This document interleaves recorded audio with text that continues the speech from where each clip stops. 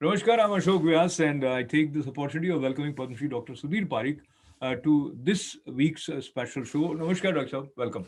Namaskar.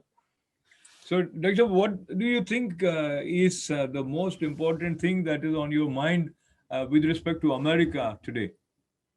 Well, I think today, unfortunately, Congress has to try our former President Donald Trump for his role in the January 6th uh, attack on the Capitol Hill, and he was impeached in Congress, and now Senate is going to have trial on that impeachment.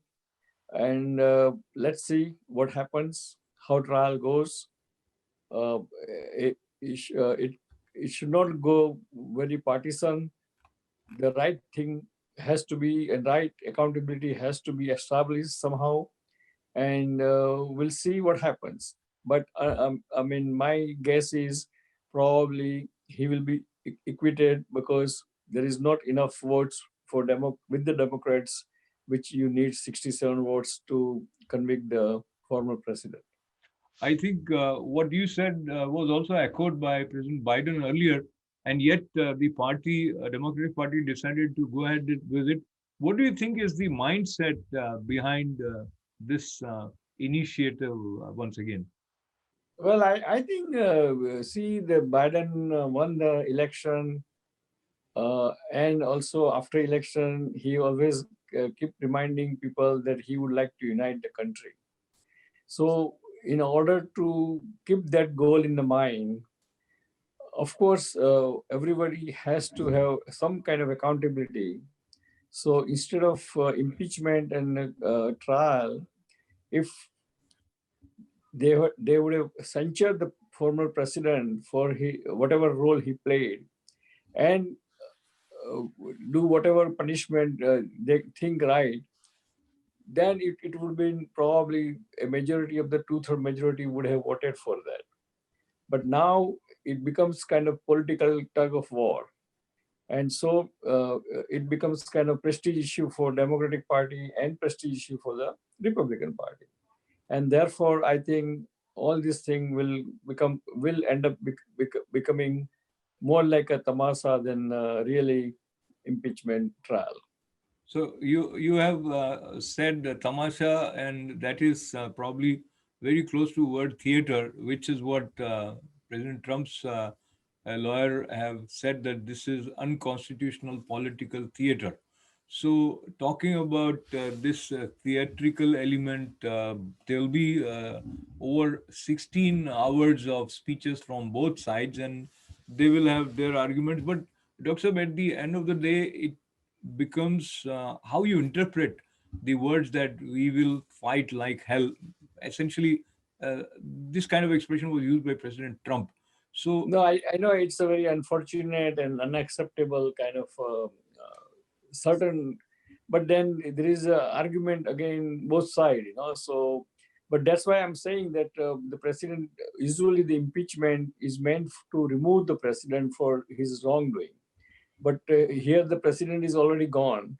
So the more effective way or practical way to punish the former president for wrongdoing, if there is wrongdoing, and continue unity and move forward, let a country move forward rather than bog down in the partisan politics.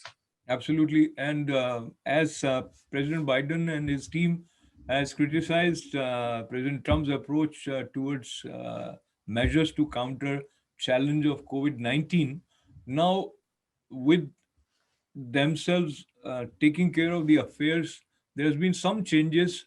What significant difference do you feel in the approach of two administration as far as COVID-19 is concerned?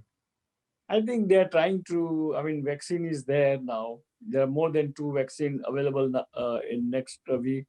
So now the main challenge of the Biden administration is to do the speedy distribution of the vaccine.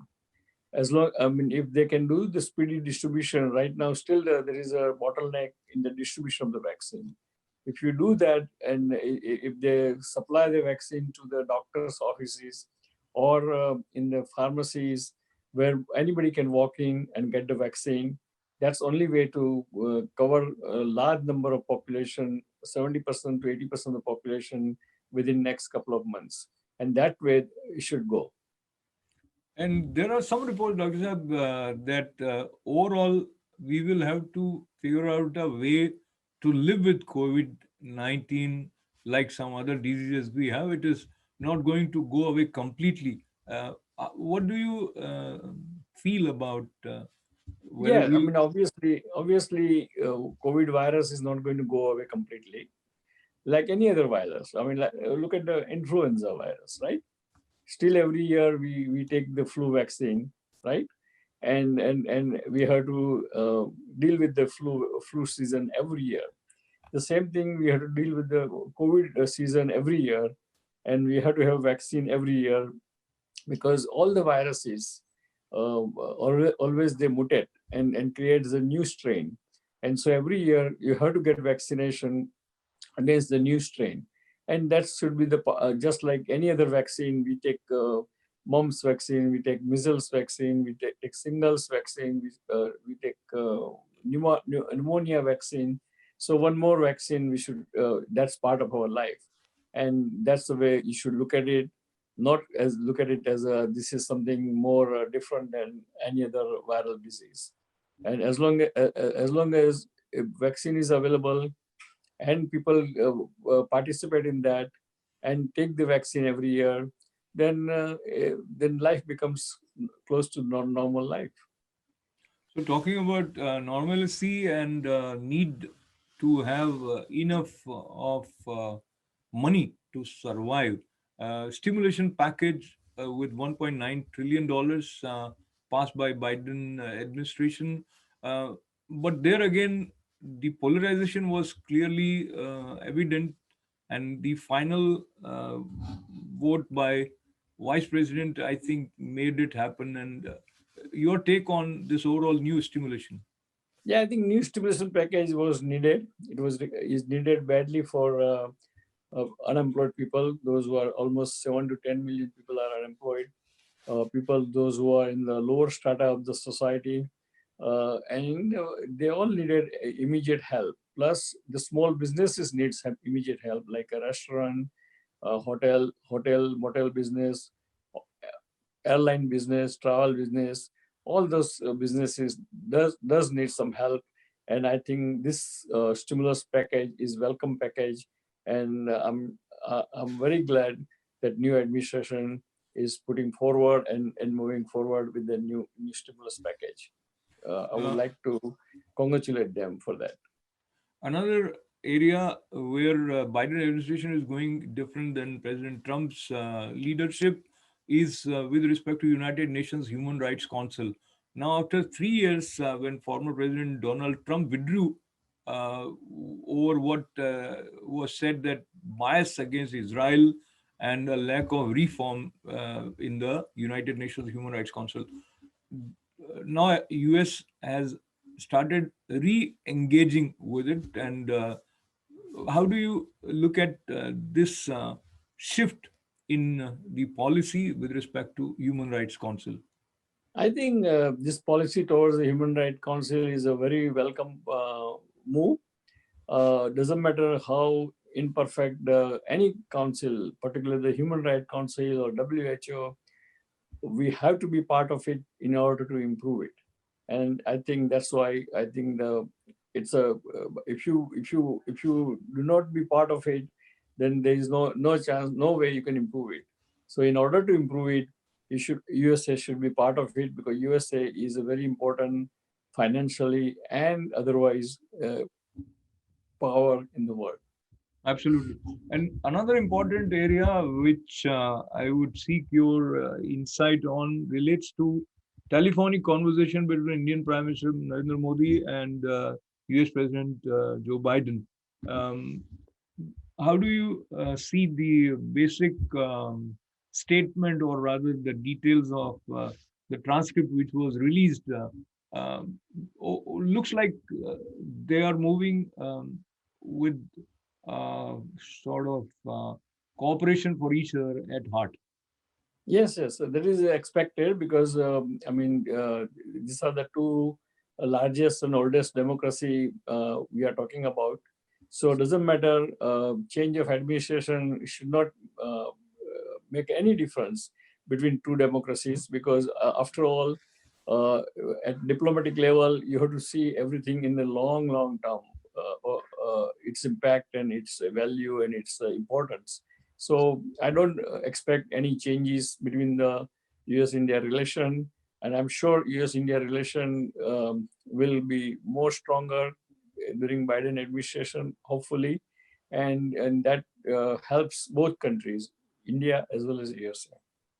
And now, before we move towards the concluding part of our conversation, another two major developments of last week, which relates to India and America both. One letter written by Mayor Bhalla of one part of New Jersey, Hoboken, where he brings the attention of President Trump, President Biden, with respect to farmers' agitation. And the way it was portrayed, he has omitted a lot of factual backdrop and the intent and the stand of government of India.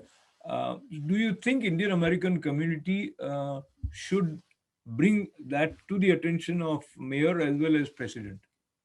Yes, I mean, actually, Indian American community, including myself personally, and our Parikh media through its newspaper and TV channel, we are educating American population as well as Biden administration as well as senators and congressmen wherever there is a need to, and we started almost a month ago, and I think you are right that we all should be part of it, and we should try to give the facts of the issues rather than just not to consider the what are the facts and what are the not facts news. And I'm sure that government of India will resolve this problem soon with the in the favor of farmers. That is my hope, and it will happen. Absolutely. And I think that favor of farmers has been at the heart of the matter. And now, certain understandings, misunderstanding, as you said, it will move in the right direction. But another area, New York State Assembly passed some resolution referring to 5th February as Kashmir America Day. And this is speaking about human rights situation at Kashmir, and it is more from the Pakistan's prism that this declaration has been made by New York's governor. What should be the role of Indian American community leaders in such situations when a false narrative takes the official stamp? Well, the role of the Indian American leaders and Indian American community is very obvious that we must educate these senators and congressmen as well as the state assemblymen and give them the facts and educate them what is the right thing, what is it, what is the situation of the human rights in India, how we in India our constitution protects all the human rights, and therefore nobody should be worried about human rights in India because we always believe that all diversified population in India, they all are well protected, well respected, and well cared for. So I think education of the assembly men and education of the state senator is very important by the Indian community, Indian organization, and Indian leaders. Wonderful. So I appreciate your insightful input on some sensitive issues. And as we conclude today's session from this week with Panshi Dr. Sudhir Parikh, your parting words. Well, again, I would repeat myself that pandemic is still there. Please get vaccination done whenever you get a chance. Do not wait. Do not hesitate. Vaccines are safe and it very protective. So to you as well as to others. So please do so. And we'll see you next week. Till then, goodbye. Uh, and goodbye, and God bless America. God bless India, and God bless Indian American community. See you soon next week. Thank you. Goodbye.